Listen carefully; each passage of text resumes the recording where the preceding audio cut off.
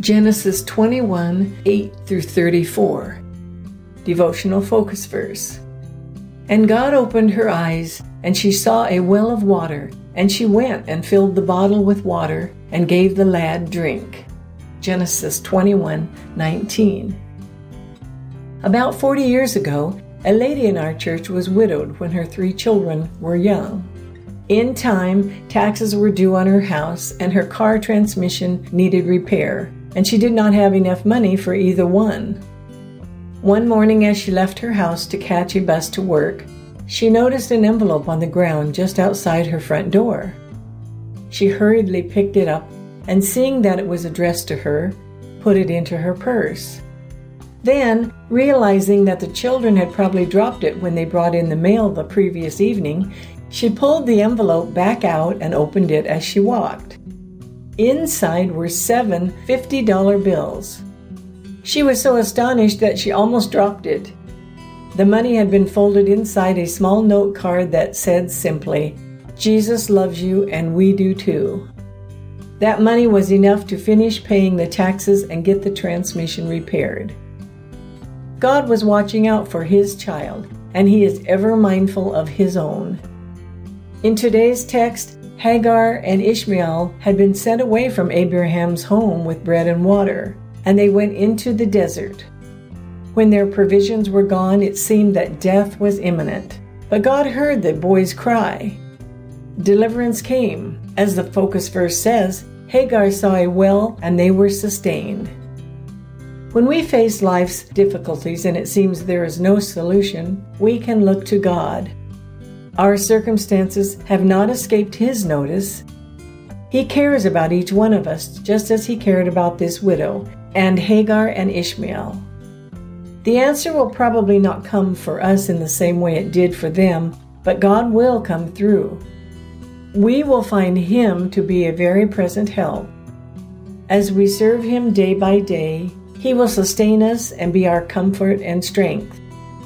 We can cry out to Him with any need and trust Him to answer our prayers. Background information.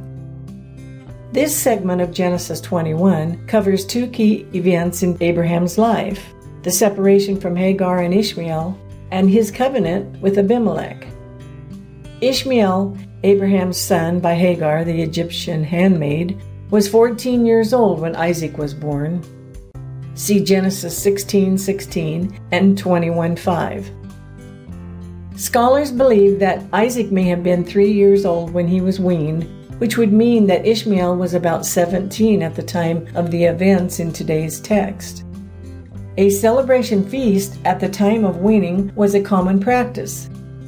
In the course of the celebration for Isaac, Ishmael mocked the child, apparently with spiteful intent.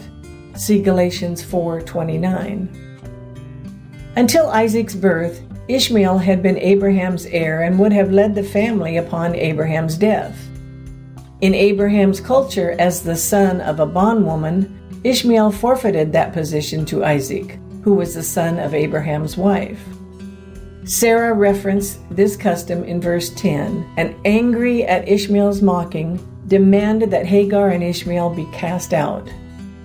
This was grievous to Abraham because he loved Ishmael, and in their culture both boys would have been reared under his care. God settled the matter with a reminder that the covenant would be fulfilled in Isaac. Though Hagar and Ishmael were to leave the family, God promised Abraham that a great nation would come from Ishmael. Abraham obeyed, and after giving Ishmael and Hagar provisions, sent them away. They went to the wilderness of Beersheba, which was south of Hebron. When their supplies were gone, it appeared that Ishmael would die, but the angel of God directed Hagar toward a well and stated God's promise that Ishmael would become a great nation. In time, Ishmael dwelt in the wilderness of Paran, which was further south toward what is the Gulf of Aqaba today, and Hagar took him a wife out of the land of Egypt. See verse 21. Verses 22 through 33 tell of Abraham's covenant with Abimelech. Because both men had flocks and herds, Grazing areas and water privileges could be a source of conflict. Abimelech suggested an agreement, and Abraham took the opportunity to resolve the issue regarding ownership of the well at Beersheba. He gave Abimelech 7 ewe lambs as a witness to the fact that he had dug that well. The name Beersheba means well of 7, or well of swearing. Abraham spent much time in that vicinity, which was in the southern part of Canaan. Conclusion: God is watching out for us, and we can rely upon Him to bring us through whatever challenges we experience. And the child grew, and was weaned, and Abraham made a great feast the same day that Isaac was weaned. And Sarah saw the son of Hagar the Egyptian, which she had borne unto Abraham, mocking. Wherefore she said unto Abraham, Cast out this bondwoman and her son, for the son of this bondwoman shall not be heir with my son, even with Isaac.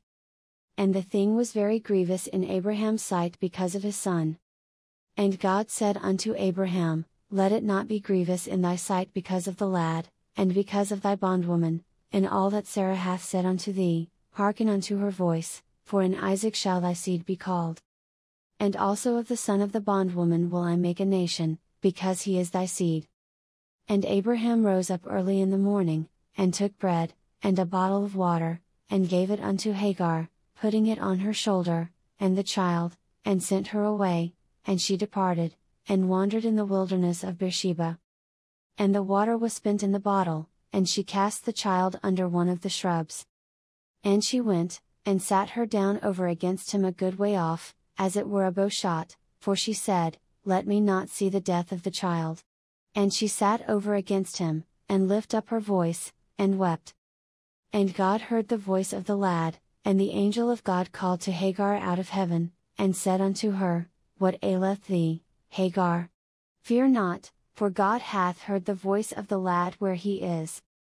Arise, lift up the lad, and hold him in thine hand, for I will make him a great nation. And God opened her eyes, and she saw a well of water, and she went, and filled the bottle with water, and gave the lad drink. And God was with the lad, and he grew, and dwelt in the wilderness, and became an archer. And he dwelt in the wilderness of Paran, and his mother took him a wife out of the land of Egypt.